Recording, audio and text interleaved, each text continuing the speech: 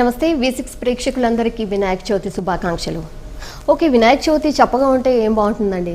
అందుకే స్పెషల్ గెస్ట్ని తీసుకొచ్చేసాను. Most charming hero Srikanth garu మనతో పాటు ఉన్నారు. అయితే పండుగ విశేషాలతో పాటు ఆయన నెక్స్ట్ కమింగ్ అప్ మూవీస్ గురించి కూడా ఆయన మనతో పాటు షేర్ చేసుకోబోతున్నారు. సార్ నమస్తే సార్. ఎలా జరుపుకున్నారు సార్ పండుగ? బాగా జరిగిందా? ఎప్పుడూ జరిగినట్టే. అంటే యాక్చువల్గా ఈరోజు షూటింగ్ లేదు. వినాయక చవితికి ఎప్పుడు షూటింగ్స్ ఉంటే ఒకసారి షూటింగ్స్కి వెళ్ళిపోతూ ఉంటాం. లేదు అంటే కనుక వినాయక చవితికి పిల్లలు ఇక ఫ్యామిలీ మెంబర్స్తో ఇక పూజలు చేసుకోవడం జరుగుతూ ఉంటుంది. వినాయకునికి ఏం మొక్కుంటారు సార్? ఆదిదేవుడు కదా, సో ఏం మొక్కుంటారు? అంత బాగుండాలని మొక్కుంటాం. ఇంకా అంతకంటే ఎప్పుడు ఏ టెంపుల్కి వెళ్ళినా అంతే కదా.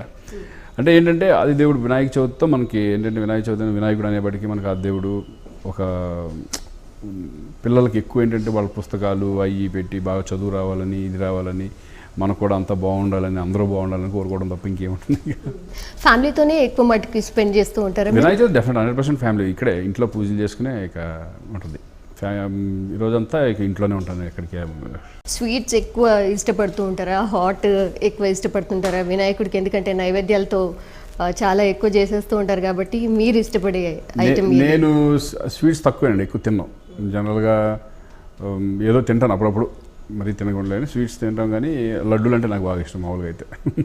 ఓకే, లడ్డూలు అంటే వినాయకుడికి కూడా చాలా ఇష్టం కదా. ఉంటాయి కదా లడ్డూలు, అవి అయితే ఇష్టం నాకు. బట్ హాట్ అంటే మళ్ళీ చిప్స్ కానీ అవన్నీ అంటే పెద్ద ఏది కూడా నాకు ఇదేని కదా, తిండి మీద పెద్ద ఎక్కువ ఇంట్రెస్ట్ ఉండదు. ఇక వినాయక చవితి అని వినాయకుడు అనేప్పటికీ ఆ ఉండ్రాళ్ళు అవి పెట్టడం ఇంట్లో వాళ్ళు పూజలు చేస్తాం. ఎందుకంటే కథ మాత్రం నేనే చదువుతాను ఎక్కువ. ఎందుకంటే వాళ్ళకి తెలుగు చదువుతాను రాదు కాబట్టి నేనే బుక్ అవుతూ ఉంటాను. అనుకో బుక్ అనేది కాదు, ఇది అదృష్టంగా ఫీల్ అవుతూ ఉంటాం అన్నమాట. తెరంగేట్రం ఎలా సాధ్యమైందండి? అంటే మీకు ఏమైనా ఇన్స్పిరేషన్గా ఉండేవారా ఎవరైనా హీరో ఇలా అవ్వాలి అనేసి? అంటే నాకు మెయిన్ సినిమాల్లోకి రావడానికి, సినిమాల మీద ఇంట్రెస్ట్ కలగడానికి కారణం మాత్రం చిరంజీవి గారు సినిమాలు చూసి నేను ఇంట్రెస్ట్ ఫీల్ అయ్యాను. చిరంజీవి గారి సినిమాలు చూసే నేను ఒక రకంగా ఖైదీ దగ్గర నుంచి బాగా ఇంకా ఫేవరెట్ అయిపోవడం. ఇంట్లో విలేజ్లో కూర్చొని మేమందరూ డిస్కస్ చేసుకోవడం, మా హీరో అని ఒకళ్ళు అక్కడ ఎవరైనా లేదు. ఇప్పుడు కృష్ణ గారికి కొంతమంది ఫ్యాన్స్ ఉండేవాళ్ళు, కొంతమంది కృష్ణరాజు గారికి ఉండేవాళ్ళు, మా దాంట్లో మేము చిరంజీవి ఫ్యాన్స్. ఇట్లా ఏంటంటే ఒకరికొకళ్ళు మాట్లాడుకుంటా ఆ పిచ్చి ఈవినింగ్ అయితే కూర్చొని సినిమాల మీద డిస్కషన్స్ ఎక్కువ ఉండేవి ఈ చదువు మీద కంటే.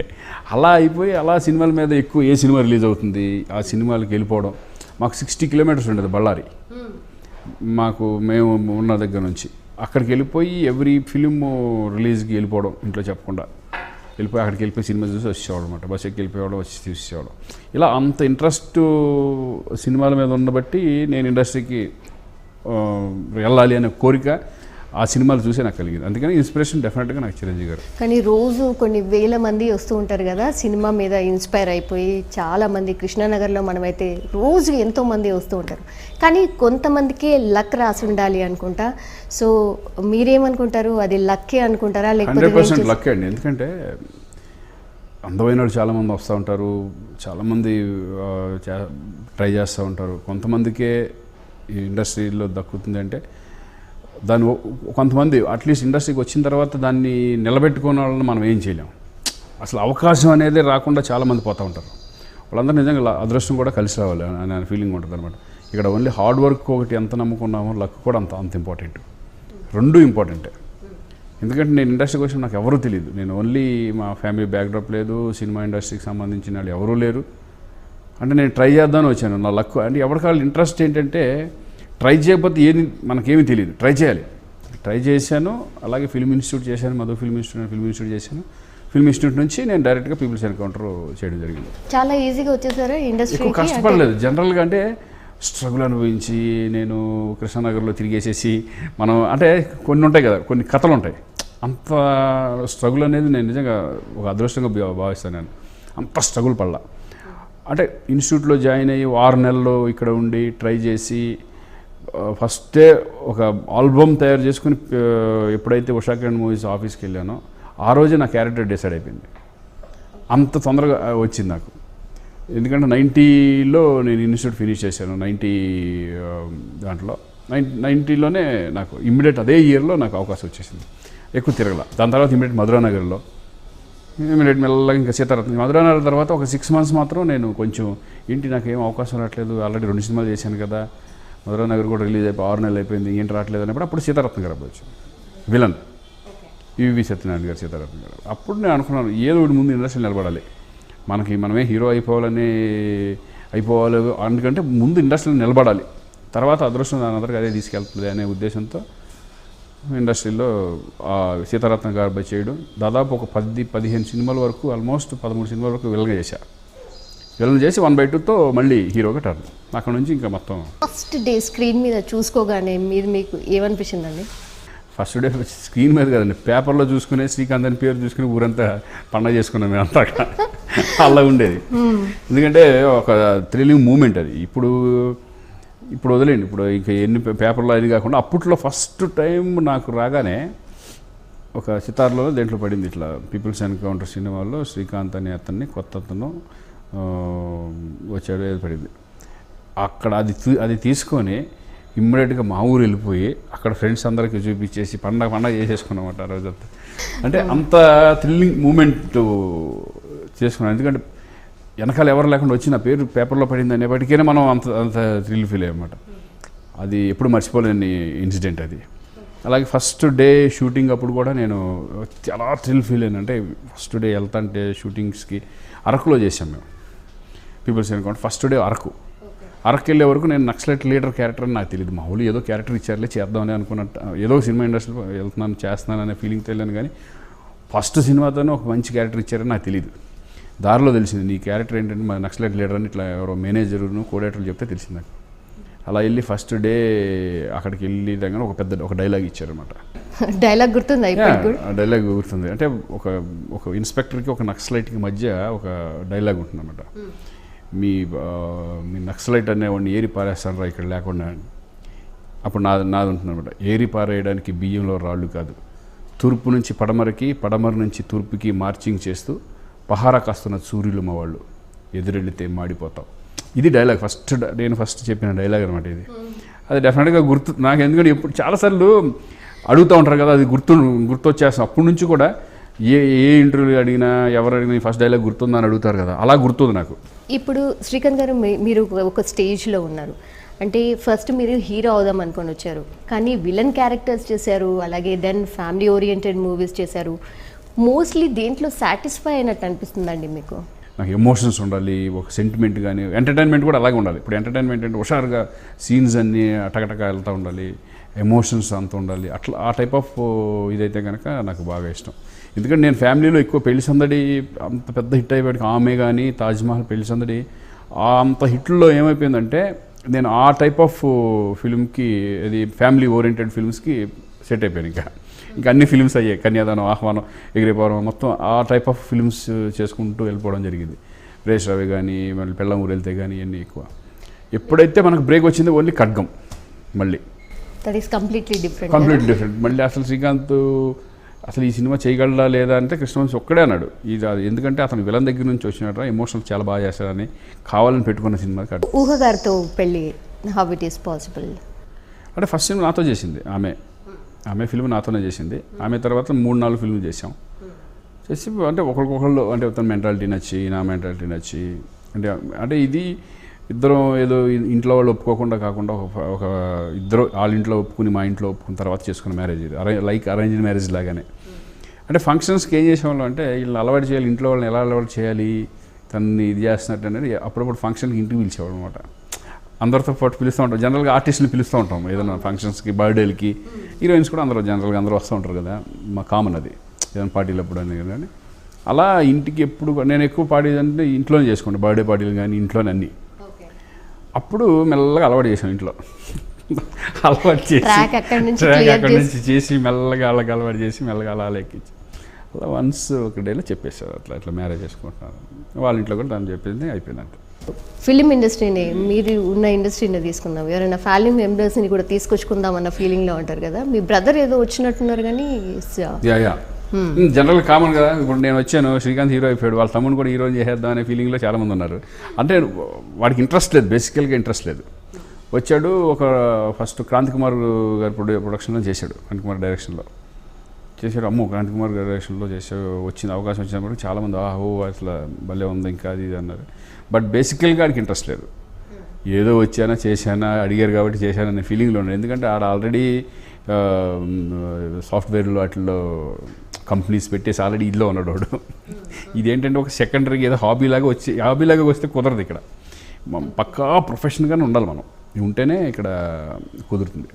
ఏదో వచ్చి చేద్దాం ఏదో వచ్చిన అవకాశం లే అని అనుకుంటే కుదరదు. అలా వచ్చి అలా 2-3 సినిమాలు చేశాడు. నాకు నమస్కారం పెట్టి వెళ్ళిపోయాడు. నేను వద్దున్నా, నాకు నా వల్ల కాదని. మీ అబ్బాయిని కూడా ఆల్మోస్ట్ లాంచ్ చేసినట్టున్నారు కదా, లుక్ అయితే సూపర్గా కనిపిస్తుందండి. అంటే లాంచ్ అండ్ ది సెన్స్ ఇదేంటంటే ఈ జీకే గారు ఉన్నారు కదా, జీకే ఫస్ట్ వచ్చి ఒక సబ్జెక్ట్ చెప్తే నాకెందుకు చెప్తున్నారు అన్నాను నేను.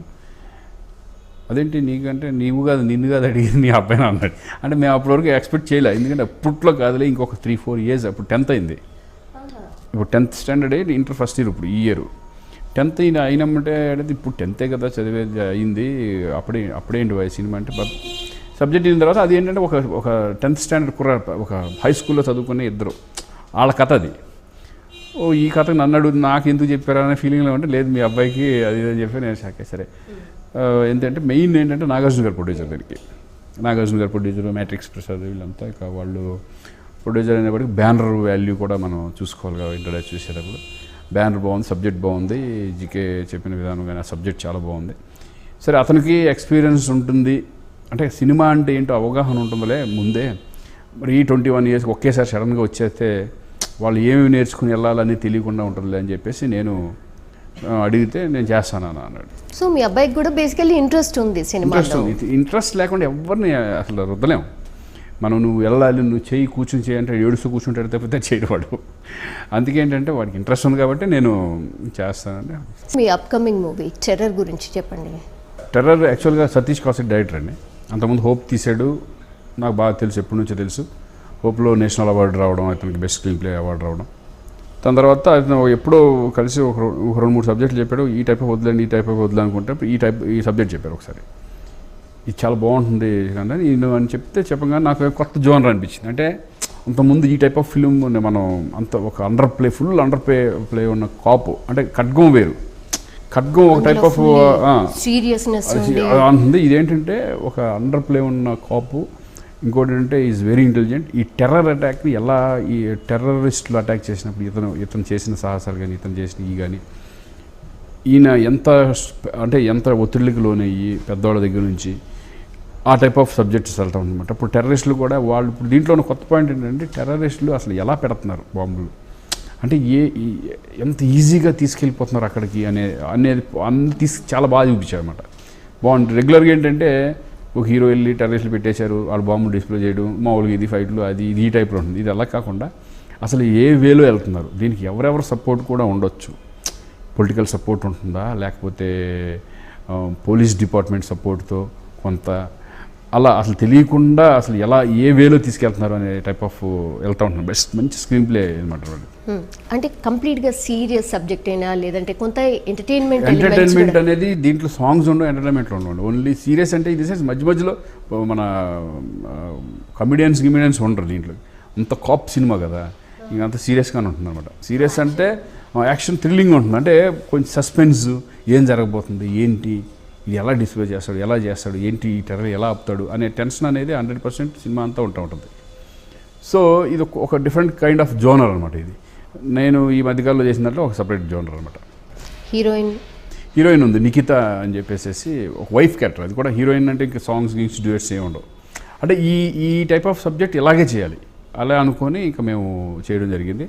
టోటల్ అంతా హైదరాబాద్లోనే చేసాం సినిమా. నెంబర్ ఆఫ్ విలన్స్ ఎక్కువ ఉంటారనమాట టెర్రరిస్టులు. అంతే ఎవరెవరు కొత్త అంటే ఇప్పుడు దాంట్లో చేసిన గొప్ప విషయం ఏంటంటే తెలిసిన ఆర్టిస్టులు కొంతమంది, ఇప్పుడు కోట శ్రీనివాసరావు ఉన్నారు, నాజర్ మా ఫాదరు, అలాగే ఇప్పుడు వీళ్ళందరూ ఉన్నారు, పృథ్వీ క్యారెక్టర్ కానీ, వీళ్ళందరిని పెట్టుకొని ఎవడైతే నక్సల్స్ వాళ్ళు ఉంటారో వాళ్ళంతా కొత్త కుర్రాళ్ళని తీసుకొచ్చారు. అంటే థియేటర్కల్ ట్రైనింగ్ అయిన వాళ్ళని అటువంటి వాళ్ళని తీసుకొచ్చి పెట్టారనమాట. అంటే చాలా న్యాచురల్గా ఉంటుంది ఫిలిం, ఎక్కడ కూడా సినిమాటిక్గా ఉండదు. ఇండస్ట్రీలో చాలా తక్కువ కదండి అలా ట్రై చేయరు. జనరల్ చేతులు కాలిపోతాయని భయం అనమాట. ఇంకా కమర్షియల్గా ఎంతవరకు హిట్ అవుతే తెలియదు, కమర్షియల్గా ఎంతవరకు పే చేస్తే తెలియదు. ఇటువంటి ఫిలిమ్స్ ఏంటంటే అవార్డులు అనేది 100% ఉంటాయి. మేము అదే అన్నాం ఫస్ట్ చేసేటప్పుడే దీన్ని మనం మరీ అవార్డులు మనకు వద్దు, అంటే వద్దు ఇన్ సెన్స్ వస్తే మనం హ్యాపీనే, బట్ దానికి తోడు ఒక కమర్షియల్ కూడా దీంట్లో మిక్స్ చేయండి అని చెప్పేసి చేసిన సినిమా. ఇప్పుడు అంతకుముందు నేను విరోధి సినిమా చేశాను. విరోధి ఫిలిం ఇండియన్ పనోరమాకి సెలెక్ట్ అయింది, ఇండియన్ పనోరమాకి ఇదైంది. అది మేమే ప్రొడ్యూస్ చేసాం, మా బ్రదరే ప్రొడ్యూసరు దానికి. నేను మనతో మేము ప్రొడ్యూస్ చేసిన సినిమా మాకు తెలుసు. అది సినిమా ఏంటంటే మంచి సినిమా చేద్దాం అనుకుంటాం. ఇప్పుడు ఏదన్నా మన బ్యానర్లో వచ్చేది ఏమనుకుంటాం అంటే ఒక మంచి సినిమా చేద్దాం, నలుగురు మాట్లాడుకోవాలని సినిమా చేద్దాం అనే ఫీలింగ్లో వెళ్ళామన్నమాట. వెళ్ళేపటికి ఏమందంటే నీలకంఠ గారు డైరెక్టర్. ఇప్పుడు డైరెక్టర్ తప్పేం లేదు, డైరెక్టర్ అనుకునే తీసాడు. అదేంటంటే కమర్షియల్గా వచ్చేప్పటికి అదే టీవీలో బాగుంది. మళ్ళీ టీవీలో చూసిన వాళ్ళు అంతా మళ్ళీ సినిమాల కంటే టీవీలో చూసిన వాళ్ళు అప్రిషియేషన్ ఎక్కువ వచ్చింది. కొన్ని అలా ఉంటాయి, అలాగే అవార్డులు వచ్చినాయి దానికి. అలా అట్లా అయినప్పటికీ ఇప్పుడు ఈ ఫిల్మ్ ఏంటంటే అవార్డులు వస్తుంది, దాంతో ఆల్రెడీ జరిగిన ప్రాబ్లం మాకు తెలుసు కాబట్టి కొంచెం కంపల్సరీ కమర్షియల్గా ఉండాలని తీసిన సినిమా. అంటే కమర్షియల్గా కూడా ఉంటుంది ఈ ఫిల్మ్. ఇంట్రెస్ట్ ఫైట్స్ గిట్స్ ఉంటాయి, మళ్ళీ చేజింగ్స్ ఉంటాయి, అన్నీ ఉంటాయి. హిట్స్ వచ్చినప్పుడు చాలా బాగుంటుందండి, ఫ్లాప్స్ వచ్చినప్పుడు మాత్రం ఏమైనా డిప్రెస్డ్ అయిపోతుంటారా? అంటే బాధ అనేది 100% ఫ్లాప్లు వచ్చినప్పుడు ఉండకుండా ఉండదు. ఒకవేళ చెప్పి నేను అన్నీ ఓకే అంటే ఏంటంటే బిగినింగ్లో అయితే కనుక కొంచెం బాగా టెన్షన్ పడేవాడిని. ఎందుకంటే నా బిగినింగ్లో అన్ని హిట్స్ ఎక్కువ చూసినవాడిని నేను, ఫ్లాప్లు తక్కువ. ఇది ఆమె, తాజ్మహల్, పెళ్లి సందడి కానీ, ఆహ్వానం, వినోదం, ఇట్లా కంటిన్యూస్ గ్యాప్ లేకుండా కొట్టుకుంటూ వెళ్ళిపోయి సడన్గా మధ్యలో ఒక ఫేస్ వచ్చింది. ఆ ఫేస్లో కంటిన్యూస్ మళ్ళీ 7-8 ఫ్లాప్లు అట్లా. అప్పుడు భయపడ్డాం, ఏంటిది మనకు అలవాట్లేదు కదా, చాలా భయం వేసింది. తర్వాత కొన్ని సినిమాల తర్వాత మళ్ళీ ప్రేజ్ రావి వచ్చింది, మళ్ళీ ఊపు, క్షేమంగా వెళ్ళి లాభంగా రండి. ఇప్పుడు ఇవన్నీ మళ్ళీ స్టార్ట్ అయ్యేప్పటికీ ఒక చిన్న మధ్యలో అక్కడ నుంచి ఏమైపోయిందంటే అలవాటైపోయింది. ఇది ఎన్నో మూవీ అండి? ఇప్పుడు ఇమ్మీడియట్ రిలీజ్ కదండి, ఇది 118th మూవీ. ఇప్పటివరకు ఎన్ని అవార్డ్స్ వచ్చుంటాయండి మీకు? అంటే నాకు అంటే స్టేట్ అవార్డు మహాత్మా 100 మూవీకి వచ్చిందండి, స్టేట్ నంది అవార్డు. అలాగే శంకర్ దాదాకేమో ఫిలింఫేర్ వచ్చింది. ఇక మిగతా అన్నీ ఇవి ఉంటాయి కదండి, భరత్ మూవీ అవార్డ్స్ అని అవి చాలా వచ్చినాయి. మెయిన్ అవార్డ్స్ ఈ రెండే నాయి. ఒక వచ్చింది, అలాగే ఫిలిమ్స్కి నేషనల్ అవార్డు స్వరాభిషేకం వచ్చింది, ఫిలింకి వచ్చింది. ఇండియన్ పనోరమాకి మా విరోధి, అట్లా ఇవి వచ్చినాయి అనమాట. ఇప్పుడు చిరంజీవి గారి వీరాభిమాని కాబట్టి 150వ సినిమా రాబోతోంది కదా, అందులో మీరు ఏమైనా క్యారెక్టర్ ఎక్స్పెక్ట్ చేస్తున్నారా? ఎక్స్పెక్ట్ అంటే ఒకటి సబ్జెక్ట్ ఉంటే క్యారెక్టర్ ఉంటే డెఫినెట్గా ఉంటుంది, నేను గ్యారంటీ చెప్పగలను, ఎందుకంటే ఉంటుంది. బట్ అంత క్యారెక్టర్ను మంచి క్యారెక్టర్ ఉండాలి, క్యారెక్టర్ ఉన్నా లేకపోయినా దాంట్లో కనపడాలనుకుంటే కనపడదు. చిరంజీవి గారి మూవీ రాగానే మీరు వెళ్ళిపోయి అంతకంటే ముందు అంటే సినిమాలకు ఎంట్రీ కాకంటే ముందు కట్అవుట్స్ దగ్గర వెళ్ళి హంగామా చేసేసి అలా చేసేవాళ్ళు? అన్నీ చేసినవి. ఇదివరకు ఏంటంటే వీళ్ళు అక్కడ మేము ఉన్నప్పుడు ఏంటంటే చిల్లర 5 పైసలు ఉండేవి కదా, అవి పట్టుకుని రెడీగా ఉండేవాళ్ళు అనమాట. స్క్రీన్ వరకు రాగానే ఇసరడం, పూలు గీలు ఈ టైపు అన్నీ మేము అంతా అక్కడి నుంచి వచ్చిన వాళ్ళం కదా. ఇప్పుడు మా అబ్బాయి అవన్నీ చూడడం, ఇప్పుడు నేను అన్నీ చూసినవాడిని మొత్తం. అక్కడి నుంచి విలేజ్లో అసలు ఫస్ట్లో అయితే కనుక తెర వెనకాలంటే తెర వెనక్కి వెళ్ళి చూసేవాళ్ళం, వెనకాల నుంచి ఎవరి మనుషులు ఉన్నారేమో అంత. అంటే అప్పట్లో ఉండేది అనమాట, అది ఆ క్రేజ్ ఉండేది, సినిమా మీద క్రేజ్ ఉండేది. ఇప్పుడు రాను బజార్లో పడిపోయినట్టు అయిపోయింది. ఇప్పుడు క్రేజీ లేదు. ఇప్పుడు మీ అబ్బాయి మీ మూవీ లాంచ్ అయినప్పుడు, మీ మూవీ రిలీజ్ అయినప్పుడు ఏమంటూ ఉంటాడండి? అంటే ఫస్ట్ డే వెళ్ళిపోయి చూస్తారు కదా, ఎట్లా చూస్తారు? ఎందుకంటే ఆల్మోస్ట్ ప్రొజెక్షన్సే చూసేస్తాం మేము. ప్రొజెక్షన్ చూసినప్పుడు అంటే డైరెక్ట్ చెప్తాను, నచ్చిందంటే నచ్చిందంటాడు, లేకపోతే లేదంటాడు, అంతే. ఏదో మొక్కసొదిగా ప్రాంక్గా మాట్లాడేస్తాడు. ఇందుకు నేను ఈ సినిమాలు చేస్తామని కూడా అనడు కొన్ని సినిమాలనే. నేను అనుకున్నాను మిస్ఫేర్ అయిందిరా, ఏదో అనుకున్నాను, వేరే రకంగా వచ్చేసింది. మరి డైరెక్టర్, ఎందుకంటే నేను ఎక్కువ డైరెక్టర్ని నమ్ముతానండి. నేను ఎప్పుడు కూడా ఏలు పెట్టను. వన్స్ నేను ఒప్పుకున్నాను, ఆ సినిమా ఒప్పుకున్న తర్వాత ఏ సినిమాని కూడా పెళ్లి సందడి దగ్గర హిట్ అయిన సినిమాలో తీసుకోండి, ఫ్లాప్ అయిన సినిమాలో తీసుకోండి, వన్స్ నేను కమిట్ అయ్యానంటే అప్పటి వరకే ఉంటుంది. వన్స్ నేను సెట్లోకి వెళ్ళానంటే నేనేం పట్టించుకోను, వెళ్ళాను, చేశాను, వచ్చాను, అయిపోయింది. అంటే నా పర్ఫార్మెన్స్ గురించి చూసుకుంటాను అంతే. ఎక్కువ మటుకి ఇప్పుడు అంటే ఒక స్పాన్ ఆఫ్ టైం అయిన తర్వాత నెక్స్ట్ దానికి షిఫ్ట్ అవ్వాలి అన్న స్టేజ్ వచ్చినప్పుడు మీరు ఎలా ఊహించుకుంటారు? ఇప్పుడు నేను ఒకటే అండి, లైఫ్ లాంగ్ హీరో అంటే ఇప్పుడు ఎన్ని సంవత్సరాలు హీరోగా చేయగలిగితే అన్ని సంవత్సరాలు. ఇప్పుడు నేను అలానే ఇప్పుడు హీరోగా చేస్తానే నేను ఆల్రెడీ క్యారెక్టర్ చేస్తున్నాను. ఇప్పుడు నేను ఇప్పుడు మన గోవిందుడు అందరవాడిలో అంతమంది చిరంజీవి, నాగార్జున, వెంకటేష్, బాలకృష్ణ అందరితో చేశాను నేను. ఇప్పుడు ఏది మంచి పొజిషన్లో ఉన్నప్పుడే శంకర్దాద ఎంబీబీఎస్ కానీ, శంకర్దాద జిందాబాద్ చిరంజీవి గారితో చేయడం, అలాగే సంక్రాంతి ఫిలిం వెంకటేష్ గారితో, షాడో వెంకటేష్ గారితో, నాగార్జునతో షిరిడి సాయి కానీ, బాలకృష్ణ గారితో శ్రీరామరాజ్యం కానీ, ఇలా నేను మధ్య మధ్యలో క్యారెక్టర్లో వస్తే మంచి క్యారెక్టర్ అనుకుంటే శ్రీకాంతే కావాలనుకుంటే డెఫినెట్, ఎందుకంటే అందరూ నాకు ఇండస్ట్రీలో పరిచయం ఉన్నవాళ్ళే.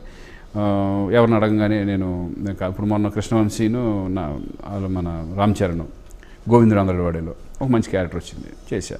ఇప్పుడు గీతార్ట్స్ చేస్తున్నా, గీతార్ట్స్లో అల్లు అర్జున్ నేను కాంబినేషన్లో చేస్తున్నా. ఇప్పుడు జగపతి బాబు గారిని చూస్తే డిఫరెంట్ లైన్లోకి వెళ్ళిపోయాను. అతను టోటల్గా ఏంటంటే హీరో వదిలేశారు. అంటే జగపతి బాబు అనేది హీరో నుంచి ట్రాన్స్పరెంట్ ఫుల్గా అయిపోయారు. ఇంకా మనం ఫుల్గా అవలా, నీకు కొంచెం మధ్యలో ఉన్న అటు ఇటు ఊగిలాడుతూ అన్నట్టు ఉంది. మీరు చేసిన ఫిల్మ్స్లో మీకు నచ్చిన ది బెస్ట్ క్యారెక్టర్ అంటే మీరు ఆన్ స్క్రీన్ 100% ఇచ్చాను అని అనుకున్న మూవీ ఏంటండి? అంటే అయ్యో ఇది కూడా 100% ఉండదండి. ఒక 2 సంవత్సరాల తర్వాత అది ఇట్లా చేస్తుంటే బాగుంటుంది, ఇట్లా చేస్తుంటే బాగుంటుంది అనే ఫీలింగ్ 100% ఉంటుంది. బట్ నేను సాటిస్ఫై అయిన క్యారెక్టర్ కొన్ని ఉంటాయండి డెఫినెట్గా. ఇప్పుడు కొన్ని ఆపరేషన్ దుర్యోధన కానీ, అలాగే యూత్లో ఉన్న ప్రేయస్ రావే ఫిలిము, ఖడ్గం, మహాత్మా, ఈ ఫిలిమ్స్ అన్నీ కొంచెం ఒక డిఫరెంట్ స్టైల్లో ఉన్న ఇది అనమాట. ఇప్పుడు అలాగే ఎంటర్టైన్మెంట్ బాగా చేశాను రా అనే ఫీలింగ్ వచ్చింది. మళ్ళీ పెళ్ళాం ఊరు వెళ్తే అవన్నీ ఒక డ్రీమ్ రోల్స్, మంచి మంచి రోల్స్ అన్ని రకాలు చేశాను నేను. అదొక అదృష్టం నాకు. అటు విశ్వనాథ్ గారితో, ఇటు బాపు గారితో, పెద్దవంశీ, చిన్నవంశీ, రాఘవేంద్ర గారు, అదొక నిజంగా అదృష్టం. అది బాపు గారితో చేయడం అనేది నిజంగా ఒక డ్రీమ్. అది అట్లా మీరు చాలామంది ఇప్పుడు వచ్చిన జనరేషన్ చేయలేకపోవచ్చు కదా, చేయలేరు ఇంకా. సో అటువంటి డైరెక్టర్ల దగ్గర చేయడం అనేది అదృష్టం.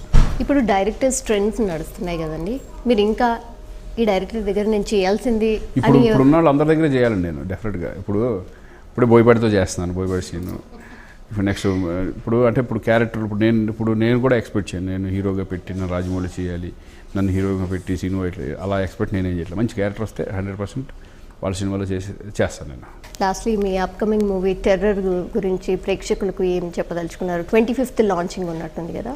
అంటే రిలీజ్ నెక్స్ట్ మంత్ అనుకుంటున్నాం. అంటే టైం డేట్ చూసుకుని ఎప్పుడు అనేది కరెక్ట్గా అనేది ఇంకా మనకు తెలీదు. ఆల్మోస్ట్ అంతా అయిపోయింది, సెన్సార్ అయిపోయింది, అంతా అయిపోయింది, రెడీ టు రిలీజ్ అనమాట. డెఫినెట్గా ఒక కొత్త జోనర్కి ట్రై చేసాం. ఆడియన్స్కి డెఫినెట్గా ఆ ఇంట్రెస్ట్, ఆ యాంగ్జైటీతో చూస్తారని నమ్మకం 100% మాకు ఉంది. ఎందుకంటే టీం అంతా బాగా కష్టపడ్డారు. డైరెక్టర్ దగ్గర నుంచి ప్రొడ్యూసర్ కూడా చాలా కాన్ఫిడెన్స్తో ఉన్నాం ఈ సినిమా మీద. చూద్దాం ఏమవుద్దాం, ప్రేక్షకులే డిసైడ్ చేస్తారు. థ్యాంక్ యూ సో మచ్ అండి, మా కోసం టైం స్పెండ్ చేసి స్పెషల్గా ఇంటర్వ్యూ ఇచ్చినందుకు thank you so much and all the best. Thank you. This was the special chit chat with Srikanth. Stay tuned.